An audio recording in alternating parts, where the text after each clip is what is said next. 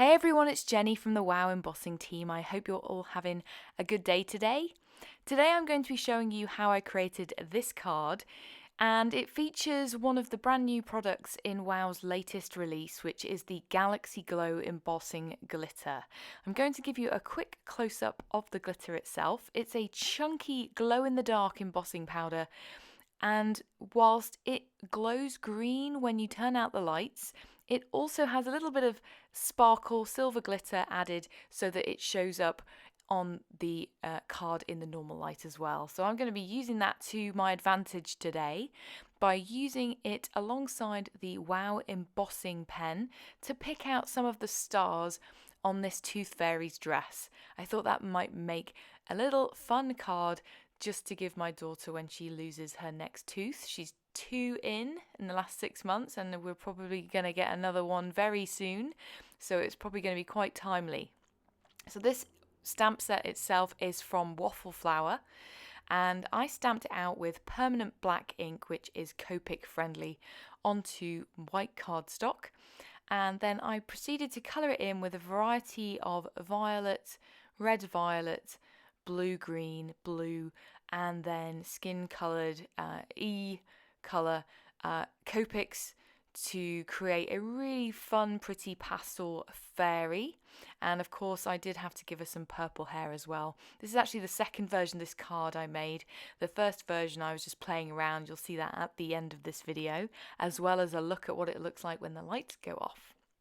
And you can see I'm using the embossing pen just to pick out those stars, and I also used it on the smaller teeth on her wand, and then the tooth that she's going to be holding.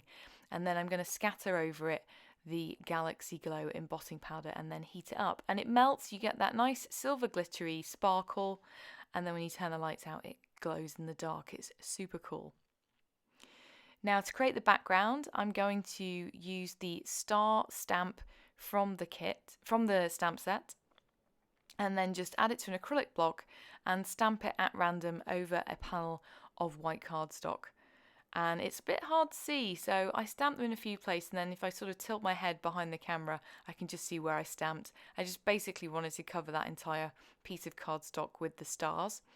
And then I'm going to scatter over the top of it the Galaxy Glow again.